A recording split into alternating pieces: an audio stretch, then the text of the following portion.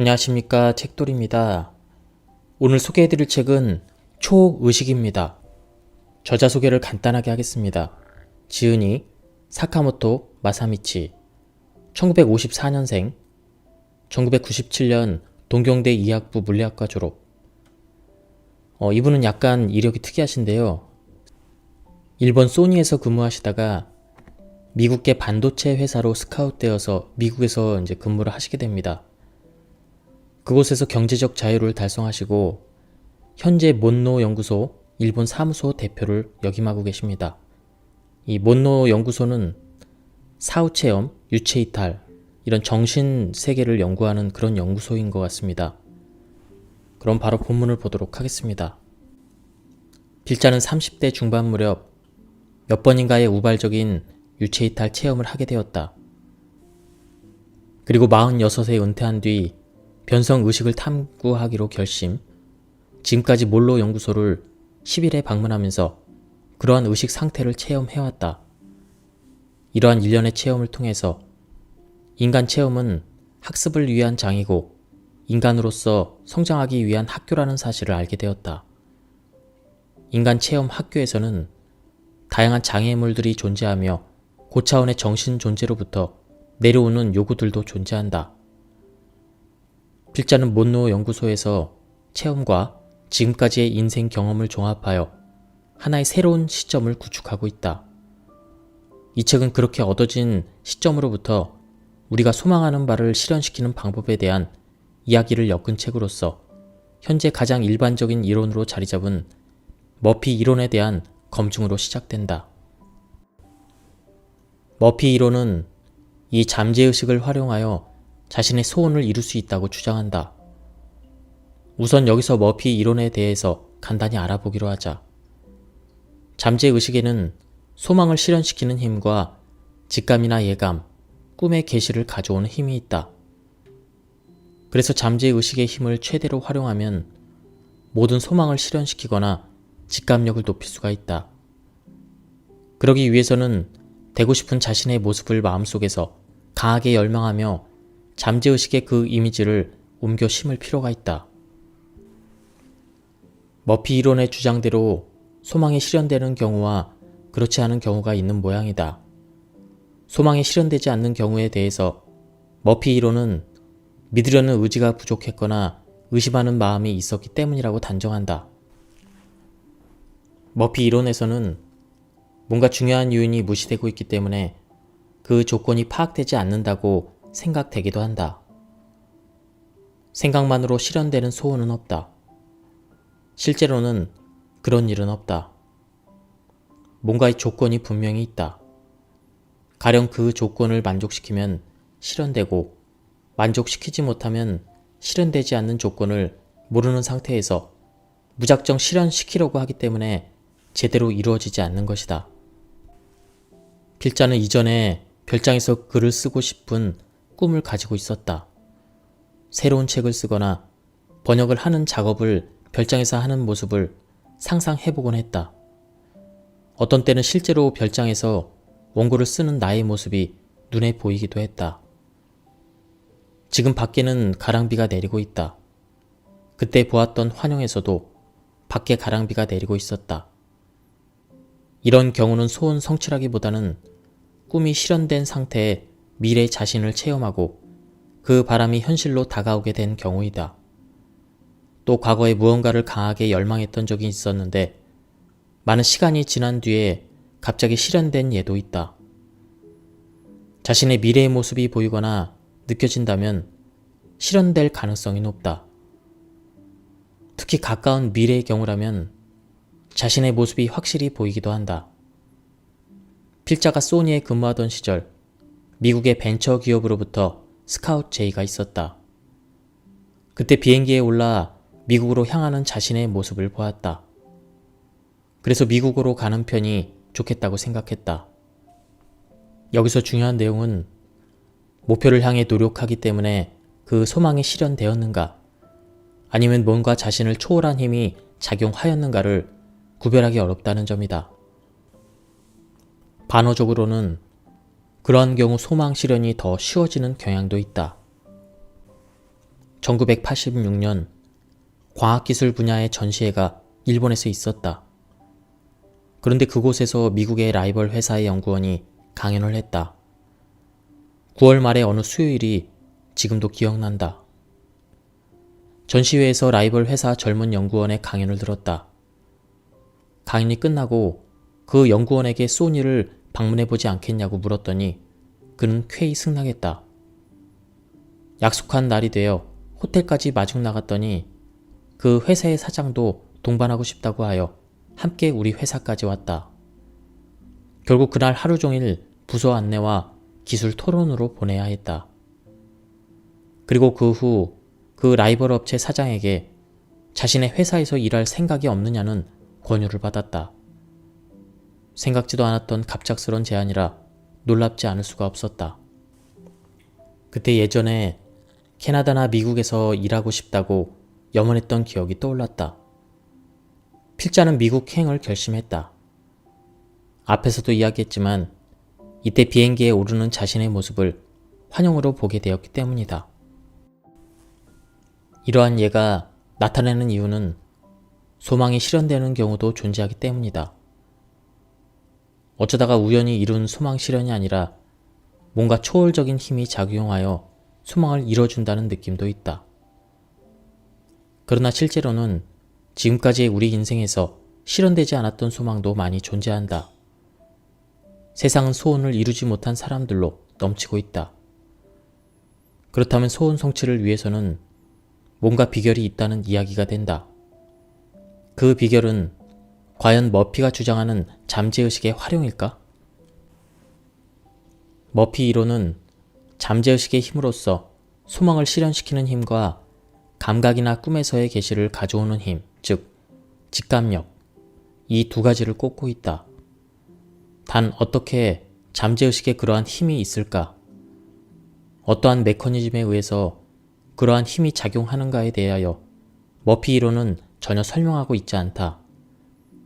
단순히 선천적으로 가능하다고 말하고 있을 뿐이다. 자신의 마음으로부터의 생각이 모두 결정의 결과라면 생각부터 바꾸어 나가자. 이것이 이론의 기본이다. 잠재의식은 만든 기계이므로 의도적으로 조절하면 어떤 꿈이라도 실현화될 수 있다. 예를 들면 스스로 부유하다고 마음 깊은 곳으로부터 되뇌이면 노력하지 않아도 부자가 된다는 주장이 바로 머피 이론이다. 머피 이론에서는 가장 본질적인 노력이라는 측면이 공공연히 너무 경시되고 있다는 점이다. 결국은 노력하지 않아도 무엇이든 실현된다는 식의 인상을 준다. 실제로 머피 책에 등장하는 예는 모두 인생에서 노력하지 않고도 마음가짐을 바꾸기만 하면 돈이나 물질, 지혜를 손에 넣어 성공할 수 있다는 이야기들 뿐이다. 머피 이론은 인과율을 무시하고 있다. 소망이 실현된다고 해도 그 결과는 인과율을 넘어설 수가 없다. 인과율이란 간단히 이야기하면 자신에게 일어나는 모든 일들은 지금까지 자신이 행해온 일들의 결과라는 원리이다. 좋은 일이나 나쁜 일은 모두 지금까지 자신이 행해온 행위의 결과이고 그 이상도 그 이하도 아니다. 세상에는 노력 없이 이뤄낼 수 있는 소망과 노력 없이는 이루어지지 않는 소망이 있다. 특히 업무상의 성공과 같은 경우는 본인의 노력이 절대적으로 필요하다. 이러한 소망은 노력 없이 달성되지 않는다. 토마스 에디슨은 천재는 99%의 노력과 1%의 영감으로 만들어진다고 했다. 성공하기 위해 노력이 가진 역할이 얼마나 큰지를 잘 말해주는 대목이다. 사회의 다양한 분야에서 성공을 거두는 사람은 모두 노력가이다. 자신의 성공한 모습을 상상하기만 하고 노력하지 않는 사람들이 아니다. 세상에서 성공한 사람이 되기 위해서는 그만한 노력이 불가결하다. 자신이 원하는 자신의 모습을 그려보는 방법만으로는 절대로 성공할 수가 없다. 머피 이론에는 성공하기 위한 필수적인 노력이 빠져 있다. 하늘을 나는 모습을 상상한다고 해서 하늘을 날 수 있을까? 자신이 꿈꾸는 스스로의 모습을 열심히 머릿속에서 그리는 방법만으로는 절대적으로 실현시킬 수 없는 소망은 이 밖에도 많이 있다. 목표를 달성하기 위해서는 아무런 노력도 필요 없고 물리학이나 생물학적으로 실현에 문제가 없는 소망은 마음에 강하게 그려보는 과정만으로도 실현될 가능성이 있다. 즉, 인류 대학에 들어가고 싶다는 등의 소망이 아니라 전혀 노력 없이도 원리적으로 달성 가능한 소망이라면 마음으로 그려보는 상상만 해봐도 실현 가능하다. 가령 5억 원을 손에 넣고 싶다는 소망은 노력 없이도 실현 가능하다. 복권에 당첨되든가 주가가 올라서 돈을 벌게 되는 예를 생각할 수도 있다. 원리적으로 노력 없이 실현시킬 수 있는 소망은 마음에 그려보기만 해도 실현시킬 가능성이 있다. 특히 자신의 건강이나 육체병에 관한 일들은 생각만으로 낫거나 반대로 악화되기도 한다. 그러면 노력 없이도 실현시킬 수 있는 가능성이 조금이라도 있는 소망에는 어떤 종류가 있을까? 주식이나 경마, 복권으로 돈을 벌거나 저축으로 돈을 모으는 일, 땅값이 오르거나 남들에게 돈이나 물건을 받는 일, 손해배상을 받거나 보험금 또는 유산을 물려받는 식으로 돈이 생기는 일 등의 금전관계가 그러하다. 신체적인 문제라면 건강 상태가 개선되거나 병이 낫는 소망 등이 있겠다. 하지만 여기서 주의해야 될 점은 노력 없이 달성할 수 있는 소망은 실현될 가능성도 높지 않고 되더라도 제대로 된 도움을 주는 결과와는 거리가 있다는 사실이다. 만일 당신이 그러한 소망이 실현되기만을 기다리며 살고 있다면 인생에서 실패할 확률이 높다. 가령 경마에서 이기는 꿈만 꾼다거나 복권에 자신의 인생이 걸려있다는 식으로 접근한다면 큰일이다. 성공 철학은커녕 확실히 실패하기 위한 철학이 되고 만다. 우주에는 인과율이라는 큰 원리 원칙이 있다. 소원 성취라는 명제에 대해서 큰 의문이 되는 사항이 이 인과율을 넘어서까지 소망이 실현될 수 있는가이다. 즉, 지금까지 옳은 행위라고는 전혀 해보지 않은 사람이 자신에게 뭔가 좋은 일이 일어나길 바란다면 과연 이루어지겠는가? 머피 이론에서는 인과율은 완전히 무시하고 누구나 잠재의식을 통하여 무엇이든 실현시킬 수 있다고 단언한다. 인과율이란 원인과 결과 사이의 원리이다. 간단히 이야기하면 다음과 같다. 선의 원인은 선의 결과, 즉 행복을 가져온다. 악의 원인은 악의 결과, 즉 불행을 가져온다. 자신이 만든 원인은 자신에게 결과를 가져다 준다. 모든 결과에는 그에 해당하는 원인이 되는 당신의 행위가 있다.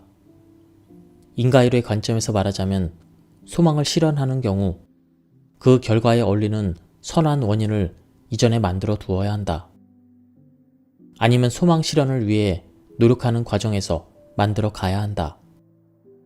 가령 당신이 1억 원을 손에 넣기를 원한다고 한다면 이 소망이 실현되기 위해서는 그 결과에 어울리는 선한 원인을 당신이 지금까지 만들어 놓아야 한다.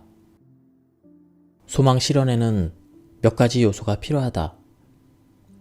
우선 소망을 실현시키기 위해서는 다음 4가지 요소 중 몇 가지가 필요하다. 무엇이 필요한지는 소망의 내용에 따라 다르다. 첫 번째, 생각의 힘. 두 번째, 노력. 세 번째, 초의식의 힘. 네 번째, 창조적 에너지의 활용. 초의식이란 우리들을 넘어선 존재이다. 머피가 이야기하는 잠재의 의식과 비슷하지만 차이가 있다. 창조적 에너지란 매우 신기한 에너지로서 기라고 불리기도 하며 우주가 닿는 곳에 충만하다. 이러한 힘은 생명을 생명으로 존재하게 하는 힘, 우주의 모든 존재를 만들어내는 힘, 생명 탄생의 힘으로 불러야 될 에너지이며 모든 존재의 기본이 된다. 먼저 생각의 힘입니다. 간단히 말하면 마음속에서 어느 정도 순수하게 그 소망을 실현시키고 싶다는 뜨거운 열망하는 생각, 즉 열정이나 열의가 강하면 강할수록 소망은 실현되기 쉬워진다. 의지의 순수함이 중요하다. 강하게 생각하는 경우에는 그 뒤에 강한 불안이나 의심의 마음이 드는 경우가 많아서 발목을 잡는다. 그러한 불안 등이 없는 순수한 생각이 힘을 가진다. 열정을 가진 사람은 포기하지 않고 노력을 계속하기 때문에 언젠가 소망을 실현시킬 수 있게 된다. 생각의 힘이 중요하다는 두 번째 이유는 생각은 아스트랄계에서 형태가 되어 나타나는 경향이 있고 우리들이 살고 있는 물질계에 영향을 미치는 경우가 있기 때문이다. 아스트랄계란 간단히 이야기하면 죽은 자들이 사는 세계이다. 세 번째 이유는 열정과 열의가 있으면 초의식의 도움을 얻기 쉽기 때문이다. 초의식도 당신의 열의에 감격하여 손을 내밀어 준다. 소망을 실현시키려면 실현하려는 뜨거운 생각, 즉 열정이 중요하다. 이 생각이 없으면 소망은 실현되지 않는다. 칼 융이 집단 무의식이라 불렀던 인류 전체를 연결하는 의식 영역도 있고 더 구석으로 들어가면 더 광대한 영역으로 우주 전체로 이어지는 의식 영역이 있다. 이러한 우주 전체로 이어지는 지성적인 의식 영역을 초의식이라고 부른다. 즉, 초의식은 칼융의 집단 무의식을 포함하며 그보다도 더 큰 의식이다. 초의식의 영역은 오히려 우리들을 이끌어주며 바르게 성장하도록 항상 염려하고 있다. 우리들은 살아가면서 다양한 형태로 초의식으로부터 은혜를 잊고 있다. 그래도 그 은혜를 의식하고 있는 사람은 극히나 적다. 더구나 의도적으로 그 은혜를 구하는 사람은 더욱 없다. 가령 일에서 난관에 봉착하여 해결책을 찾아 동분서주하고 고전하고 있을 때 갑자기 묘안이 떠오른다. 이러한 번뜩이는 지혜나 영감은 대부분 그 문제의 해결을 위해 필사적인 순간보다는 목욕탕에서 편히 긴장을 풀고 있을 때나 멍하니 있을 때 찾아온다. 무언가를 행하거나 뭔가를 보는 순간에 그곳에서 연상된 무언가에 의해 답이 떠오른다. 이러한 체험은 사실 초의식 중에서도 가이드나 고차원의 정신 존재라고 불리는 의식 존재가 당신을 도와준 경우이다. 이와 같이 다양한 은혜를 부여해주는 초의식이란 대체 무엇인가?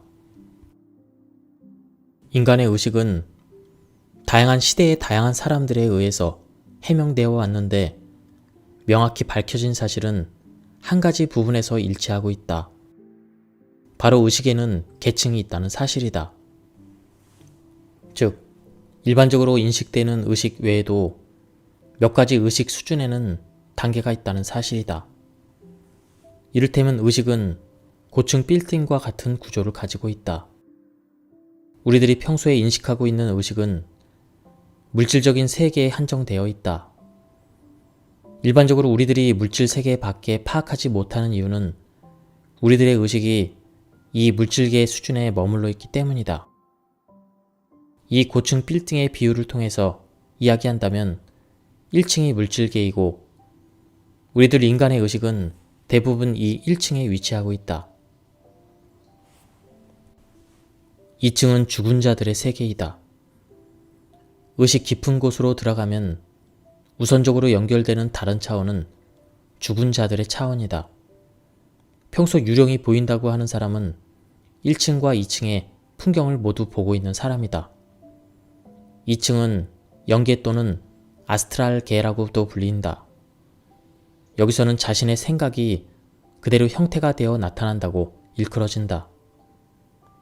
2층에 있는 사람들은 모두 물질계의 인간으로 다시 태어나 1층으로 되돌아온다. 우리들의 의식을 다시 이탈시켜 3층으로 들어가면 영적으로 득도한 사람들과 만나서 연결되고 교신할 수 있게 된다. 그들은 사람으로서 다시 태어나는 과정을 중지하지는 않았지만 자신의 의지로 시대와 장소를 골라 다시 태어나고 싶을 때 다시 태어날 수 있다. 4층으로 가면 그곳은 인간을 졸업한 사람들이 있는 층이다. 4층 위에도 또 다른 층이 있다. 정신적으로 보다 높은 의식이 된다. 또 보다 많은 다른 생명 의식과의 연결이 파악된다. 의식의 넓이가 확대된다고 말해도 좋다. 위층으로 올라가는 만큼 의식이 커짐을 의미한다. 상위층에서는 우주 전체와 의식이 연결될 정도로 의식이 크고 넓어진다. 이와 같이 다양한 층에 다양한 생명 존재가 있다. 이 중에 자신의 스피리추얼 가이드라 불리는 정신 존재가 있다. 여기서는 줄여서 가이드라고 부르기로 한다. 그들은 4층 또는 그 이상의 층에 있다. 가이드는 지도령이나 수비령으로도 불린다. 가이드는 자비의 마음으로 우리들을 이끌고 우리들의 영적 성장을 돕는다. 여기서 영적 성장이란 한 단계 올라가는 의식의 경계를 의미한다. 고층 빌딩의 비유라면 위층으로 올라가는 것이다. 이러한 생명 의식 중에는 여러 분야에 능한 지적 존재들도 많이 있다. 가령 물리학이나 수학의 지식을 풍부하게 갖추고 있는 존재나 음악이나 미술 등의 예술적 재능이 풍부한 존재들도 있다. 우리들은 필요하다면 이러한 지적 생명체로부터 지식을 얻을 수도 있다. 초의식이란 고층 빌딩으로 비유하자면 3단계와 그 이상의 모든 단계를 말한다. 위쪽에서는 우주 전체로 이어진다. 초의식이라고 일컫는 부분은 4단계에 존재하는 가이드들, 그리고 3단계를 비롯한 모든 단계에 존재하는 지적 생명체 중에서 필자를 돕는 존재들을 주로 의미한다.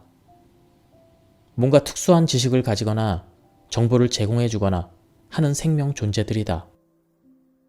그들의 집합체를 필자는 초의식이라 부르고 있다. 그러므로 각자의 초의식에는 차이가 있다. 그 이유는 각자의 가이드가 다르기 때문이다. 도움을 주는 지적 생명체도 다르다. 그렇지만 양자는 모두 위쪽 계층에서는 연결되어 있다. 머피가 잠재의식이라는 표현을 사용하고 잠재의식이 무엇이든 해준다고 이야기했다면 그 잠재의식은 막연한 이미지뿐일 수도 있지만 사실은 가이드나 다른 지적 생명체를 말하기도 한다. 나는 그들의 총체를 초의식이라 부르고 있다. 잠재의식이 소망을 실현시켜준다고 하기보다는 가이드들이 실현시켜준다고 하는 편이 뭔가 이미지가 쉽고 잡히는 느낌이 들기 때문이다. 또 친숙함도 있다. 가이드들에게는 사랑이 넘쳐서 아이들을 염려하는 부모와 같은 마음이 있다. 가이드의 목적은 우리의 영적 성장을 촉진시키는 일 한 가지뿐이다. 그래서 우리들에게 여러 가지 행동을 요구하는 반면 그 과정을 느낄 수 있는 사람은 많지 않다. 영적 성장에 있어서 중요한 부분은 애정, 인과율, 노력, 인내하여 배우는 것. 이것이다. 인간 세상은 실제 체험을 통해서 배우기 위한 무대가 된다. 이런 의미에서 인간 세상은 모든 이치를 배우고 졸업하는 학교와 같다. 한마디로 요약하면 무조건적인 사랑을 배워야 한다. 가이드는 우리들의 영적 성장을 이루어 무사히 인간 세상을 졸업할 수 있도록 다양한 기회를 활용하여 도와주고 있다. 반면 가이드는 우리들이 인과율을 깨닫지 못하고 잘못을 하면 마음 아파하고 슬퍼한다. 마치 아이가 뭔가 잘못을 하면 부모가 안타까워하는 그런 경우와 비슷하다. 우리는 이러한 사실을 알지 못한 채 감사의 마음도 갖지 않고 살아간다. 우리가 뭔가의 문제로 고민하고 있으면 가이드가 해결책을 제시해 주기도 한다. 서점에서 무심코 펼친 책의 열린 페이지에서 힌트를 얻는 경우와 같다. 단, 이 경우는 해결책을 제시해 줌으로써 영적 성장을 기대할 수 있는 경우에 한한다. 무엇이든 해답을 제시해 주진 않는다. 부모가 아이의 숙제를 대신 해주면 의미가 없는 경우와 같다. 본인이 스스로 답을 찾아야만 영적 성장이 이루어지는 경우라면 가이드는 옆에서 지켜볼 뿐이다. 경우에 따라 답을 주기도 하고 주지 않기도 한다. 우리는 모두 행복을 추구하고 괴로움을 피하기를 바라며 매일을 보낸다. 그러나 괴로움 속에서만 배울 수 있는 경우도 있다. 사람은 체험을 통해서만 배워나갈 수 있기 때문에 때로는 가이드들은 우리들을 괴로운 상태에서 스스로 배워나가기를 재촉하기도 한다. 사람은 수면을 취할 때 평상시에 의식이 억제되는 대신 무의식이나 초의식에 들어가기 쉬워진다. 보통의 꿈은 억제된 상태에서의 무의식이 나타나지만 영몽의 경우는 초의식이 관여하고 있다. 가이드가 계시나 경고를 평소의 각성 의식이 아닌 꿈을 통해서 전해주는 이유는 평소의 의식 상태에서는 주려고 해도 받아들이지 않기 때문이다. 각성 상태에서는 우리들의 생각, 잡념이 강해서 가이드와 같은 초의식으로부터 목소리가 전해지기 어렵다. 반대로 생각하면 각성 시에도 마음을 비운 상태, 즉 무의 상태를 유지할 수 있다면 초의식으로부터의 메시지는 전해지게 된다. 영적 성장에 있어서 가장 중요한 점은 사랑은 체험을 통해서 배워야 한다는 점이다. 그리고 인과율과 노력에 대해서 터득해야 한다. 가이드는 이들을 터득해 나가기 위한 기회도 만들어준다. 그러나 우리들은 이러한 기회를 제대로 사용하지 못하는 경우가 대부분이다. 그런 이유로 가이드는 슬픔을 느끼게 된다. 무욕, 무심의 경지에서 일이 순조롭게 진행되는 경우가 많은 이유는 그것이 영적 성장을 조장하기 때문이다. 욕심으로부터 멀어지고 자아를 잇는 과정은 윤회로부터 졸업하기 위해서이다. 이 과정은 과거의 업이지만 극히 일순간이라도 한 번의 체험은 가치 있는 일이라고 가이드들은 인식하고 있다. 가이드는 우리들의 소망을 실현시키고자 노력할 때 그 노력에 부응하는 형태로 소망 실현을 도와준다. 노력이 영적 성장에 중요한 의미를 갖는 이유가 여기에 있다. 학생이 공부를 하고 있는 경우를 예로 들어보자. 공부할 때 우리들은 여러 가지 욕심을 억제하게 된다. 가령 텔레비전이나 게임, 친구들과의 놀이, 잠, 빈둥거림과 같은 욕구들을 억누르고 공부에 정진한다. 공부에는 인내력과 집중력이 필요하며 이런 과정을 통해서 길러진 노력과 인내는 영적인 성장에서 매우 중요하다. 그래서 가이드들은 우리들이 소망 실현을 목표로 노력할 때 다양한 형태로 지원하고 적절한 영감을 부여해 주고 있다. 설령 개인적인 목적의 소망이라도 해도 말이다. 앞에서 머피 이론의 중요한 점이 빠져 있다고 한 이유가 바로 여기에 있다. 노력을 빼놓고는 가이드의 도움은 전혀 얻지 못하기 때문이다. 우리들이 성심성의껏 노력할 때 가이드는 기뻐하며 도움의 손길을 내밀어준다. 우리들은 태어나기 전부터 지금의 인생에 대한 계획을 세워둔다. 우선 이 인생에서 배울 사항이나 목표를 설정한다. 필자의 경우 이번 인생에서 배울 항목은 사랑과 인내이다. 그리고 그 목표를 달성할 수 있도록 인생의 줄거리를 짠다. 그때 미리 그 목표를 달성하기 위해 필요한 만남 등이 일어나도록 설정한다. 가령 어떤 부모에게서 태어나는가, 결혼 상대는 누구인가 등이다. 이러한 사람들과의 만남뿐 아니라 사고 등과의 조우도 목표 달성에 필요한 부분은 미리 일어나도록 설정한다. 결과만 놓고 본다면 뭔가 영적 세계 탐구와 영적 세계에 대한 전도 활동이 필자의 사명이라고까지 생각하게 된다. 그것을 실현시키기 위해 가이드들이 도와주고 있다고 느껴진다.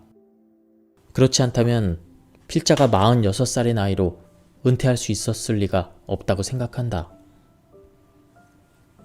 앞에서도 이야기했지만 최초의 유체이탈 체험 자체도 가이드가 만들어 주었다고 생각한다. 그 체험으로 인생관이 뒤집힐 정도의 전환을 맞게 되었고 영적인 세계 탐구가 시작되었다. 지금까지의 경험에 비추어 본다면 영적인 성장은 다음과 같은 사항들이다. 사랑을 느낄 수 있게 되고 사랑을 행할 수 있게 되고 노력하고 견디며 인과율을 몸으로 배우며 자아와 갈등하며 무심무욕의 경지를 터득해 나가는 과정이다. 괴로움을 빨리 없애려면 괴로움을 통해서 배워야 될 사항들을 되도록 빨리 배우면 된다. 괴로움으로부터 도망치려 하거나 피하려고 하면 오히려 더욱 괴롭기만 하다. 배워야 할 점은 과거의 악행을 반성하고 2번 다시 악행하지 않도록 자신을 다스리는 일이다. 인과율을 믿고 악을 버리고 선을 행하도록 노력하면 괴로움으로부터 벗어날 수 있게 된다. 소망을 이루기 위한 3가지 방법. 소망 실현은 넓은 의미에서 염력의 일종이라고 볼 수 있다. 염력이란 생각의 힘이고 자신의 생각을 구현하는 힘이다. 스푼을 구부리거나 물건을 움직이는 힘만이 염력이 아니다. 몸의 병이나 상처를 치유하는 소위 힐링이나 자신의 소망을 실현시키는 힘도 염력에 해당된다. 생각을 실제화하여 소망을 실현시키기 위해서는 다음에 3가지 방법이 있다. 첫 번째, 초의식을 활용하는 방법. 2번째, 우주와 일체가 되고 생각, 소망과 일체가 되어 생각을 실체화하는 방법. 3번째, 자신의 힘으로 생각을 실체화하는 방법. 먼저 초의식을 활용하는 방법입니다. 여기서 활용하는 초의식은 초의식 중에서도 가이드나 특수한 재능을 지닌 고차원의 의식 존재들이다. 무념무상의 상태가 되면 이러한 존재들과의 채널이 열려 연결되고 그들의 힘을 활용할 수 있게 된다.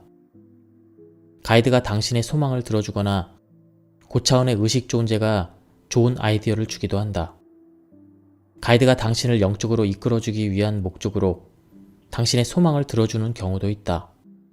단, 가이드는 당신의 모든 소망을 무조건 들어주지는 않으며 다양한 조건이 따른다. 2번째, 우주 소망과 일체가 되어 소망을 실현시킨다.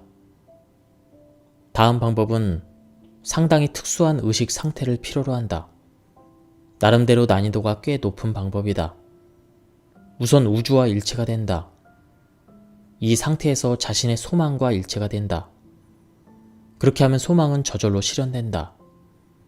소망과 일체가 되면 소망이 이루어진 상태와 일치가 되고 이러한 상태의 자신을 체험한다는 의미이다. 우주와 일체가 된 상태라면 우주 전체와 연결된 상태라고도 할 수 있다. 즉, 초의식 중에서도 가이드나 특수 재능을 지닌 고차원의 존재들보다도 더욱 상위층의 의식 영역과 연결된 상태를 나타낸다. 이렇게 되면 우주에 가득한 생명 에너지를 활용할 수 있게 된다. 생명 에너지는 창조적인 에너지이기도 해서 그 힘으로 자신의 생각을 실현시킬 수 있다. 이 상태에서는 우주 속의 지원을 받을 수 있으므로 아무런 제한 없이 자유자재로 소망을 이룰 수 있게 된다. 인과율을 초월한다. 초의식의 어느 영역에 연결되는가에 따라 실현되는 소망의 정도가 달라진다. 가이드의 영역과 연결되더라도 소망 실현에는 다양한 조건이 따른다. 가령 인과율을 넘어서는 안 되고 물리 법칙이나 생물학적 법칙에 따라야 한다. 반면 우주 전체와 연결되는 경우에는 당신을 대신하여 우주 전체가 소망을 이루어준다. 그러므로 여기에는 인과율의 장벽도 물리 법칙이나 생물학의 법칙도 제한이 없다. 왜냐하면 이러한 법칙은 모두 우주의 존재 형태를 규정하기 위한 부분에 지나지 않기 때문이다. 우주 자체가 법칙을 만들어내고 우주의 존재 형태가 곧 법칙이 된다. 그러므로 인과율이나 여러 법칙을 뛰어넘을 수 있게 된다. 이러한 우주와의 연결, 우주와 일체가 된 상태는 우리들의 상상을 훨씬 뛰어넘는 상태이다. 초의식을 활용하기 위한 중요한 포인트는 무상무념이다. 이렇게 하면 가이드들의 지원을 받기 쉬워진다. 그 이유는 이러한 마음 상태가 되면 초의식과 자신의 의식이 연결되기 쉽기 때문이다. 이들 생각이 가이드들에게 전해지기 쉬워지며 가이드들의 생각도 이쪽으로 전달되기 쉬워진다. 그 결과 소망이 실현되기 쉬워진다. 초의식은 욕심에 대해서 일종의 불쾌감을 갖는 존재이다. 욕심을 넘어선 마음, 욕심을 벗어난 마음, 무심, 무욕이 바람직하다. 그러한 상태로 자신의 마음을 유지할 수 있다면 소망은 반드시 이루어진다. 욕심을 넘어서는 마음이 영적인 성장을 가져다 주기 때문이다. 초의식의 소망은 우리들의 영적 성장이므로 무욕의 경지를 체험하는 과정이 매우 중요하다. 엔지니어는 프로젝트를 성공시키기 위해 일정 기간 집중하여 노력하는 경우도 있다. 그런 경우 어느 정도 무아지경에 빠질 수 있는가에 따라 결과가 달라지기도 한다. 그 프로젝트에 몰두하고 있는 기간에는 어떤 의미에서는 무심이 된다. 그렇게 하면 성공한다. 잡념이 들어가거나 하면 생각처럼 잘 되지 않는다. 수험 공부에서도 마찬가지다. 대학에 들어가고 싶다는 강한 소망은 있더라도 하루하루를 보낼 때는 공부에 몰두하여 담담하고 착실하게 소화해 나가면 좋은 결과를 가져온다. 그 안에서 즐거움을 찾고 지적 호기심이 충족되는 기쁨을 느끼게 된다. 그 결과 대학에 합격한다. 욕심으로 공부해서는 결과를 예측하기가 어렵다. 여담이지만 시험 공부는 어떤 의미에서 훌륭한 수행의 기회이다. 시험 공부를 통하여 다양한 정신적 성장을 얻을 수가 있다. 놀고 싶다고 하는 자신의 욕망과 갈등을 겪으면서 자신을 이겨나가지 않으면 안 된다. 간혹 욕망에 굴복하는 약한 마음도 겪게 되겠지만 그 속에서 무심을 체험할 수가 있다.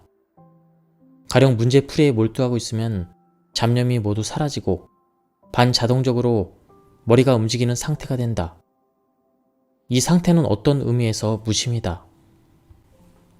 무슨 일을 하더라도 결과를 의식하지 말고 무념무상으로 몰두하여 흐름에 맡기는 편이 좋은 결과를 낳는다.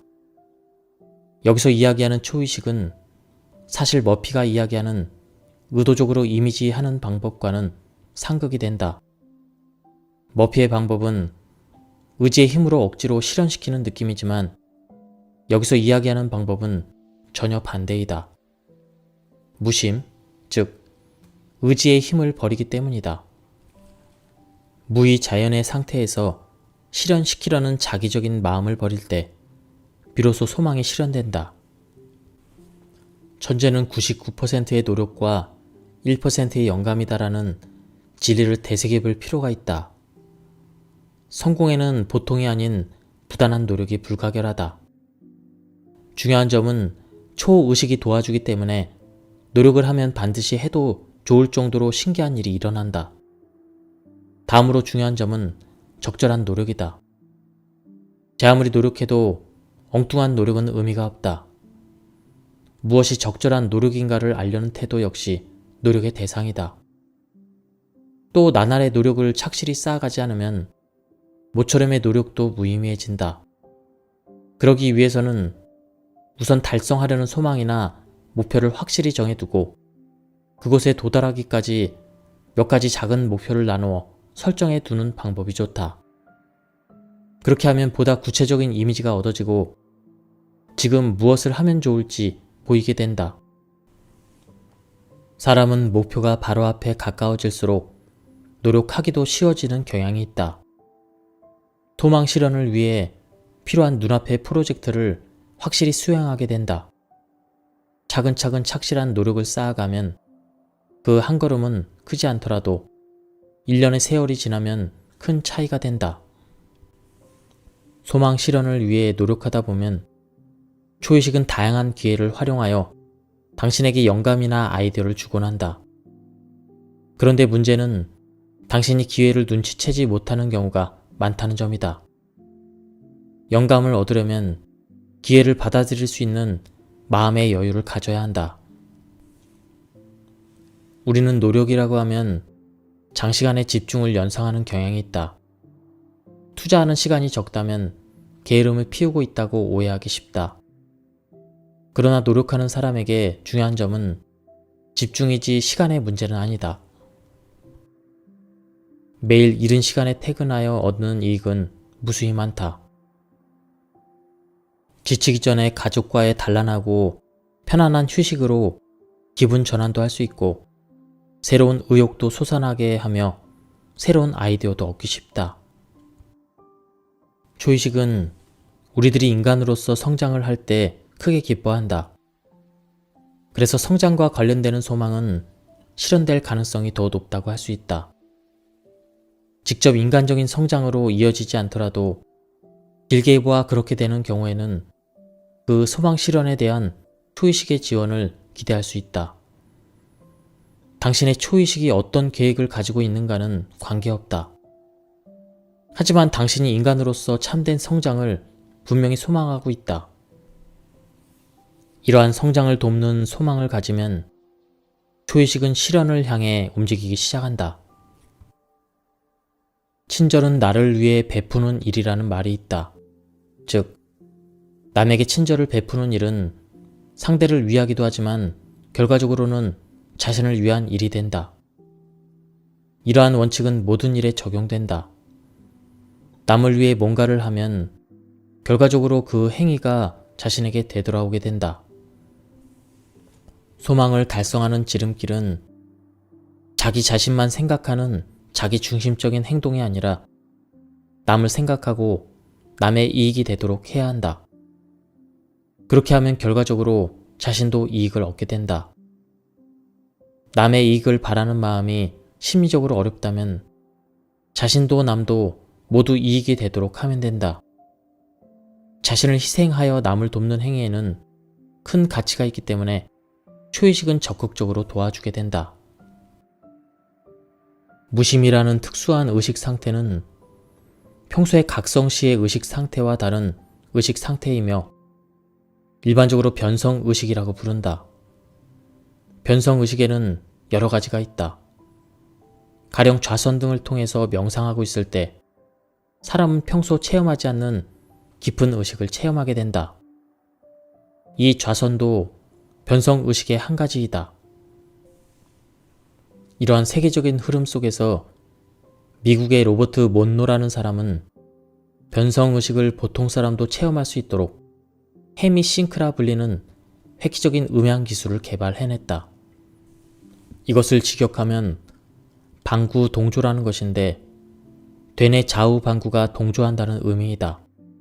헤미싱크는 헤드폰을 통해서 우측귀와 좌측귀에 약간 다른 주파수의 소리를 들려주면 그 주파수의 차이에 해당되는 뇌파가 발생하는 원리를 이용하고 있다.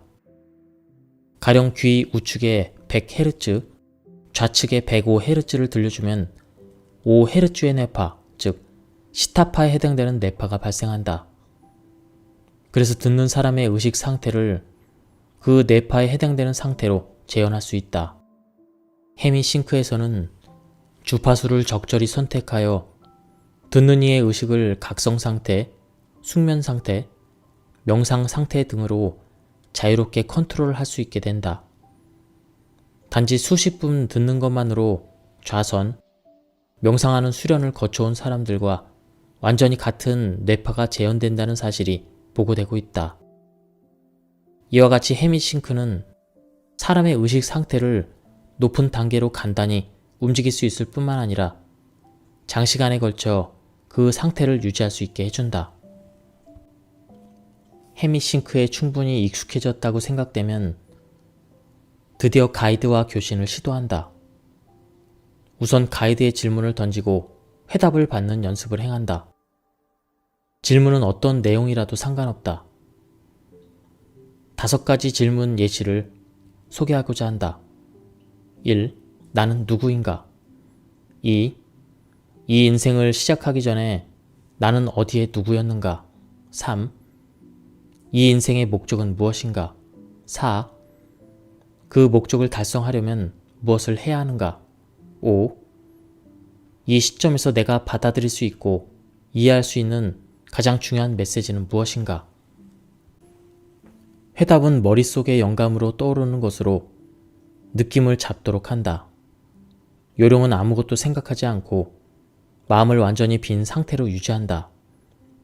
뭔가 새로운 아이디어가 머리에 떠오를 때 그 느낌과 완전히 같다. 가이드로부터 메시지를 받는다기보다 자신의 생각이 끓어오르는 느낌이다. 그 정보가 어디에서 왔는지는 확실치가 않다.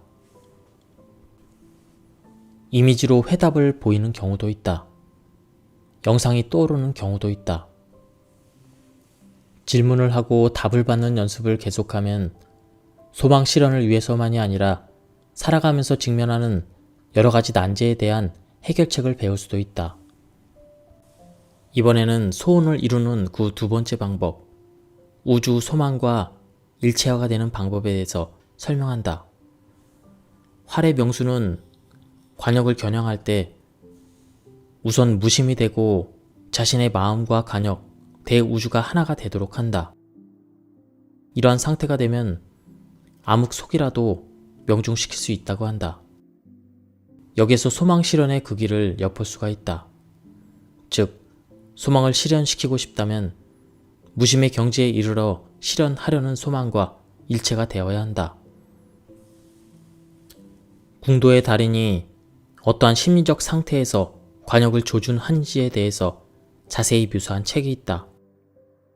독일인 철학자 오이겐 헤리겔이 저서인 일본의 궁술이란 책이다.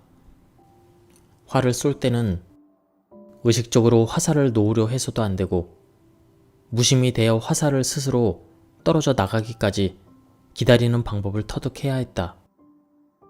기다리고 있으면 영원히 놓을 수 없다고 반문하는 헤리겔에게 스승이 이야기한다. 기다려야 한다고 말해서 오해를 불러올 수도 있겠다. 사실은 아무것도 기다리거나 생각하거나 느끼거나 욕심내지 말아야 한다. 완전히 무아가 되어 몰두해야 한다. 4년 뒤에 드디어 관역을 조준하여 화살을 쏠 수 있게 된다. 그때까지는 2m 정도 앞에서 놓인 집더미를 향해 연습했을 뿐이지만 이제부터는 60m 정도 떨어진 관역을 향한 발사를 한다. 관역에 명중시키려면 어떻게 해야 좋을지 묻는 헤리겔에게 스승은 명중시키지 못해도 상관없다. 지금처럼 쏘면 된다. 라고 답했다. 명중시키지 않고 화살을 쏘는 행위가 무슨 의미가 있는가라고 헤리겔이 반문하자 노리지 말라. 관역도, 명중도, 그 외에 어떤 무엇도 생각하지 마라. 활을 당기고 화살이 떨어져 나가기를 기다려라. 그러면 모두 그대로 이루어지도록 해준다. 라고 말했다. 그리고 헤리겔이 보는 앞에서 활을 들고 보기 좋게 가운데를 명중시켰다. 내가 하는 방법을 잘 보았는가? 명상에 잠긴 부처처럼 눈을 거의 감고 있는 상태를 보았는가? 나는 관역이 점점 작아져 사라질 때까지 눈을 감는다. 그러면 관역은 내 쪽으로 다가온다. 그리고 관역은 나와 일체가 된다. 이 상태는 마음을 깊이 가지지 않으면 도달하지 못하는 경지이다. 관역이 나와 일체가 되면 그 상태는 내가 부처와 일체가 되었음을 의미한다. 내가 부처와 일체가 되면 화살은 부동의 중심을 향한 관역 중심에 있게 된다. 화살이 중심에 있다는 사실은 우리의 깨달음의 의식을 더욱 해석하여 생각해 보면 화살이 중심에서 나와 중심으로 들어간다는 의미이다. 관역을 향하지 말고 자기 자신을 향하라. 자신과 부처와 관역을 동시에 명중시킬 수가 있다. 헤리겔의 책을 인용한 이유는 궁도의 달인이 활을 쏠 때 경지가 그대로 소망을 실현시키는 데 필요한 의식 상태와 같다고 생각했기 때문이다. 마음을 무로 돌리고 화살과 일체가 되어 우주와 일체가 되면 화살이 관역에 적중하는 이치와 같이 소망과 일체가 되면 소망은 저절로 실현된다. 소망과 일체가 되면 소망이 이루어진 상태와 일체가 되게 된다.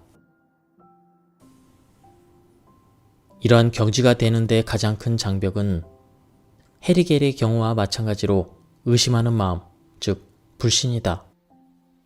그럴 리가 없다고 생각하는 마음이 일체됨을 불가능하게 한다. 불신을 없애려면 어떻게 해야 할까? 스스로 우주와 일체가 된다는 체험을 하는 수밖에 없다.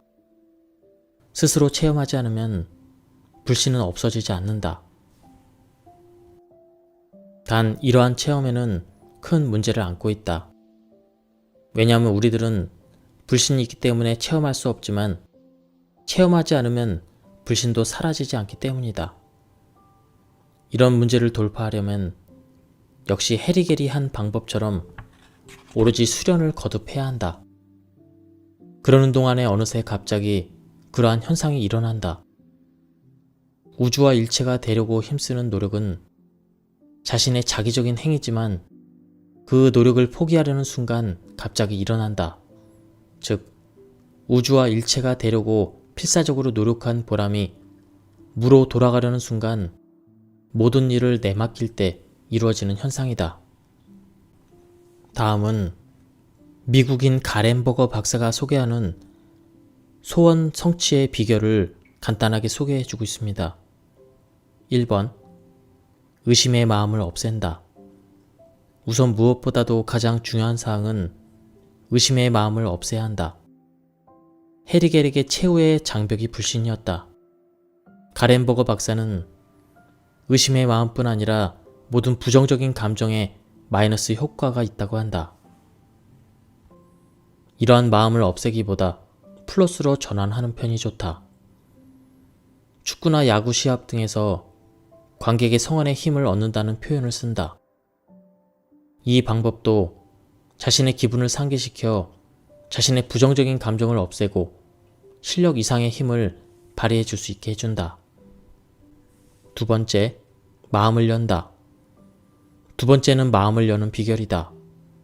특히 남성의 경우 마음이 닫혀있는 경우가 많다. 마음이 닫혀있다는 의미는 자신의 주변에 방어벽을 치고 자신을 항상 수비하는 자세를 말한다. 그에 비해서 열려있다는 의미는 자신을 열고 모두와 마음을 나누는 화기애애한 상태이다. 앞에서 이야기한 상기된 기분이 되면 마음도 열린다. 되도록이면 마음을 연 상태를 유지하는 쪽이 염력에 유리하고 생명 에너지가 잘 흘러 들어올 수 있게 된다.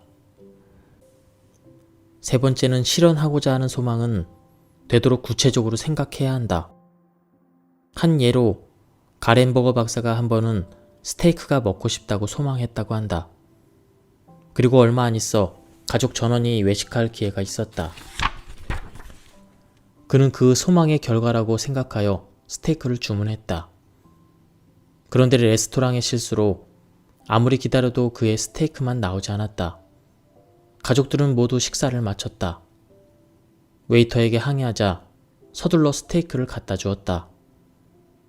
결국 그 스테이크는 레스토랑의 무상 제공으로 처리되었지만 결과적으로 가족들이 모두 즐겁게 식사할 수는 없게 되었다. 박사는 단지 스테이크가 먹고 싶다고 청했을 뿐 모두 즐거워하며 함께 식사하는 장면을 생각하지는 않았다는 점이 문제라고 했다. 즉, 뭔가를 바랄 때는 소망뿐만 아니라 그 관련된 주변 상황까지도 묘사해야 한다. 4번, 잊는다. 네 번째는 일단 부탁했으면 그 사실을 잊어야 한다. 그렇게 하지 않으면 다시 생각하게 될 때 반드시 정말 실현될까 하는 불안과 부정적인 생각이 들어간다. 즉, 최초의 소망이 부정되는 결과가 된다. 그래서 소망하고 있다는 사실조차 잊어버려야 한다. 예, 지금까지 초의식, 이 책에 대한 리뷰를 모두 마쳤습니다. 이 책은 안타깝게도 절판이 되었습니다. 책 바다라든지 동네 도서관에 검색해서 찾으시면 아마 있는 도서관이 있으실 것입니다. 빌려보실 것을 추천드립니다. 예, 여기까지 들어주셔서 감사합니다. 안녕하십니까, 책돌이입니다. 오늘 소개해드릴 책은 초의식입니다. 저자 소개를 간단하게 하겠습니다. 지은이 사카모토 마사미치, 1954년생, 1997년 동경대 이학부 물리학과 졸업. 이분은 약간 이력이 특이하신데요. 일본 소니에서 근무하시다가 미국계 반도체 회사로 스카웃되어서 미국에서 이제 근무를 하시게 됩니다. 그곳에서 경제적 자유를 달성하시고 현재 몬노 연구소 일본 사무소 대표를 역임하고 계십니다. 이 몬노 연구소는 사후체험, 유체이탈, 이런 정신 세계를 연구하는 그런 연구소인 것 같습니다. 그럼 바로 본문을 보도록 하겠습니다. 필자는 30대 중반 무렵 몇 번인가의 우발적인 유체이탈 체험을 하게 되었다. 그리고 46세 은퇴한 뒤 변성의식을 탐구하기로 결심, 지금까지 몰로 연구소를 10일에 방문하면서 그러한 의식 상태를 체험해왔다. 이러한 일련의 체험을 통해서 인간 체험은 학습을 위한 장이고 인간으로서 성장하기 위한 학교라는 사실을 알게 되었다. 인간 체험 학교에서는 다양한 장애물들이 존재하며 고차원의 정신 존재로부터 내려오는 요구들도 존재한다. 필자는 몬노 연구소에서 체험과 지금까지의 인생 경험을 종합하여 하나의 새로운 시점을 구축하고 있다. 이 책은 그렇게 얻어진 시점으로부터 우리가 소망하는 바를 실현시키는 방법에 대한 이야기를 엮은 책으로서 현재 가장 일반적인 이론으로 자리잡은 머피 이론에 대한 검증으로 시작된다. 머피 이론은 이 잠재의식을 활용하여 자신의 소원을 이룰 수 있다고 주장한다. 우선 여기서 머피 이론에 대해서 간단히 알아보기로 하자. 잠재의식에는 소망을 실현시키는 힘과 직감이나 예감, 꿈의 계시를 가져오는 힘이 있다. 그래서 잠재의식의 힘을 최대로 활용하면 모든 소망을 실현시키거나 직감력을 높일 수가 있다. 그러기 위해서는 되고 싶은 자신의 모습을 마음속에서 강하게 열망하며 잠재의식의 그 이미지를 옮겨 심을 필요가 있다. 머피 이론의 주장대로 소망이 실현되는 경우와 그렇지 않은 경우가 있는 모양이다. 소망이 실현되지 않는 경우에 대해서 머피 이론은 믿으려는 의지가 부족했거나 의심하는 마음이 있었기 때문이라고 단정한다. 머피 이론에서는 뭔가 중요한 요인이 무시되고 있기 때문에 그 조건이 파악되지 않는다고 생각되기도 한다. 생각만으로 실현되는 소원은 없다. 실제로는 그런 일은 없다. 뭔가의 조건이 분명히 있다. 가령 그 조건을 만족시키면 실현되고 만족시키지 못하면 실현되지 않는 조건을 모르는 상태에서 무작정 실현시키려고 하기 때문에 제대로 이루어지지 않는 것이다. 필자는 이전에 별장에서 글을 쓰고 싶은 꿈을 가지고 있었다. 새로운 책을 쓰거나 번역을 하는 작업을 별장에서 하는 모습을 상상해보곤 했다. 어떤 때는 실제로 별장에서 원고를 쓰는 나의 모습이 눈에 보이기도 했다. 지금 밖에는 가랑비가 내리고 있다. 그때 보았던 환영에서도 밖에 가랑비가 내리고 있었다. 이런 경우는 소원 성취라기보다는 꿈이 실현된 상태의 미래 자신을 체험하고 그 바람이 현실로 다가오게 된 경우이다. 또 과거에 무언가를 강하게 열망했던 적이 있었는데 많은 시간이 지난 뒤에 갑자기 실현된 예도 있다. 자신의 미래의 모습이 보이거나 느껴진다면 실현될 가능성이 높다. 특히 가까운 미래의 경우라면 자신의 모습이 확실히 보이기도 한다. 필자가 소니에 근무하던 시절 미국의 벤처 기업으로부터 스카웃 제의가 있었다. 그때 비행기에 올라 미국으로 향하는 자신의 모습을 보았다. 그래서 미국으로 가는 편이 좋겠다고 생각했다. 여기서 중요한 내용은 목표를 향해 노력하기 때문에 그 소망이 실현되었는가 아니면 뭔가 자신을 초월한 힘이 작용하였는가를 구별하기 어렵다는 점이다. 반어적으로는 그러한 경우 소망 실현이 더 쉬워지는 경향도 있다. 1986년 과학기술 분야의 전시회가 일본에서 있었다.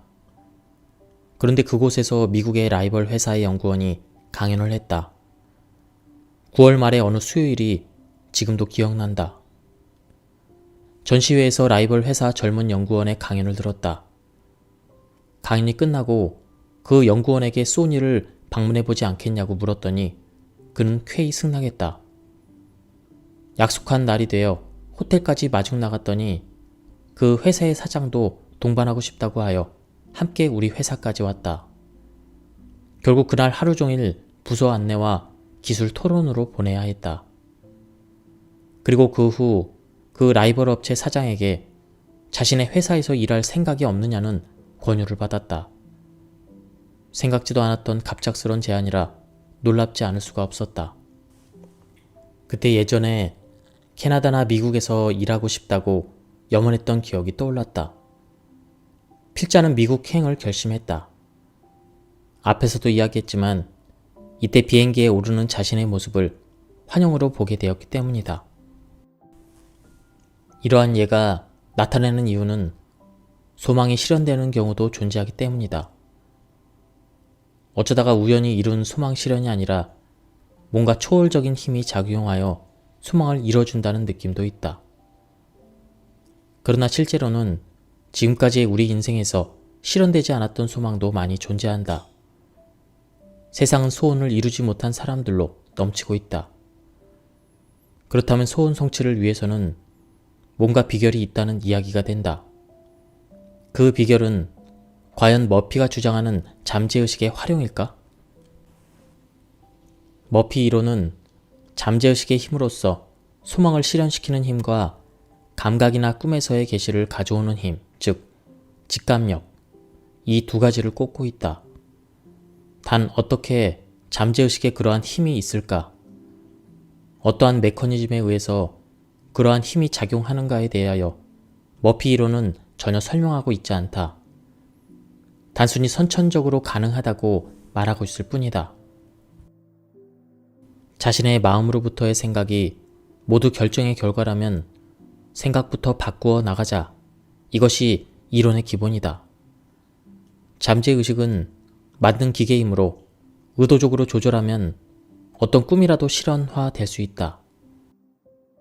예를 들면 스스로 부유하다고 마음 깊은 곳으로부터 되뇌이면 노력하지 않아도 부자가 된다는 주장이 바로 머피 이론이다. 머피 이론에서는 가장 본질적인 노력이라는 측면이 공공연히 너무 경시되고 있다는 점이다. 결국은 노력하지 않아도 무엇이든 실현된다는 식의 인상을 준다. 실제로 머피 책에 등장하는 예는 모두 인생에서 노력하지 않고도 마음가짐을 바꾸기만 하면 돈이나 물질, 지위를 손에 넣어 성공할 수 있다는 이야기들 뿐이다. 머피 이론은 인과율을 무시하고 있다. 소망이 실현된다고 해도 그 결과는 인과율을 넘어설 수가 없다. 인과율이란 간단히 이야기하면 자신에게 일어나는 모든 일들은 지금까지 자신이 행해온 일들의 결과라는 원리이다. 좋은 일이나 나쁜 일은 모두 지금까지 자신이 행해온 행위의 결과이고 그 이상도 그 이하도 아니다. 세상에는 노력 없이 이뤄낼 수 있는 소망과 노력 없이는 이루어지지 않는 소망이 있다. 특히 업무상의 성공과 같은 경우는 본인의 노력이 절대적으로 필요하다. 이러한 소망은 노력 없이 달성되지 않는다. 토마스 에디슨은 천재는 99%의 노력과 1%의 영감으로 만들어진다고 했다. 성공하기 위해 노력이 가진 역할이 얼마나 큰지를 잘 말해주는 대목이다. 사회의 다양한 분야에서 성공을 거두는 사람은 모두 노력가이다. 자신의 성공한 모습을 상상하기만 하고 노력하지 않는 사람들이 아니다. 세상에서 성공한 사람이 되기 위해서는 그만한 노력이 불가결하다. 자신이 원하는 자신의 모습을 그려보는 방법만으로는 절대로 성공할 수가 없다. 머피 이론에는 성공하기 위한 필수적인 노력이 빠져 있다. 하늘을 나는 모습을 상상한다고 해서 하늘을 날 수 있을까? 자신이 꿈꾸는 스스로의 모습을 열심히 머릿속에서 그리는 방법만으로는 절대적으로 실현시킬 수 없는 소망은 이 밖에도 많이 있다. 목표를 달성하기 위해서는 아무런 노력도 필요 없고 물리학이나 생물학적으로 실현에 문제가 없는 소망은 마음에 강하게 그려보는 과정만으로도 실현될 가능성이 있다. 즉, 인류 대학에 들어가고 싶다는 등의 소망이 아니라 전혀 노력 없이도 원리적으로 달성 가능한 소망이라면 마음으로 그려보는 상상만 해봐도 실현 가능하다. 가령 5억 원을 손에 넣고 싶다는 소망은 노력 없이도 실현 가능하다. 복권에 당첨되든가 주가가 올라서 돈을 벌게 되는 예를 생각할 수도 있다. 원리적으로 노력 없이 실현시킬 수 있는 소망은 마음에 그려보기만 해도 실현시킬 가능성이 있다. 특히 자신의 건강이나 육체 병에 관한 일들은 생각만으로 낫거나 반대로 악화되기도 한다. 그러면 노력 없이도 실현시킬 수 있는 가능성이 조금이라도 있는 소망에는 어떤 종류가 있을까? 주식이나 경마, 복권으로 돈을 벌거나 저축으로 돈을 모으는 일, 땅값이 오르거나 남들에게 돈이나 물건을 받는 일, 손해배상을 받거나 보험금 또는 유산을 물려받는 식으로 돈이 생기는 일 등의 금전관계가 그러하다. 신체적인 문제라면 건강 상태가 개선되거나 병이 낫는 소망 등이 있겠다. 하지만 여기서 주의해야 될 점은 노력 없이 달성할 수 있는 소망은 실현될 가능성도 높지 않고 되더라도 제대로 된 도움을 주는 결과와는 거리가 있다는 사실이다. 만일 당신이 그러한 소망이 실현되기만을 기다리며 살고 있다면 인생에서 실패할 확률이 높다. 가령 경마에서 이기는 꿈만 꾼다거나 복권에 자신의 인생이 걸려있다는 식으로 접근한다면 큰일이다. 성공 철학은커녕 확실히 실패하기 위한 철학이 되고 만다. 우주에는 인과율이라는 큰 원리 원칙이 있다. 소원 성취라는 명제에 대해서 큰 의문이 되는 사항이 이 인과율을 넘어서까지 소망이 실현될 수 있는가이다. 즉, 지금까지 옳은 행위라고는 전혀 해보지 않은 사람이 자신에게 뭔가 좋은 일이 일어나길 바란다면 과연 이루어지겠는가?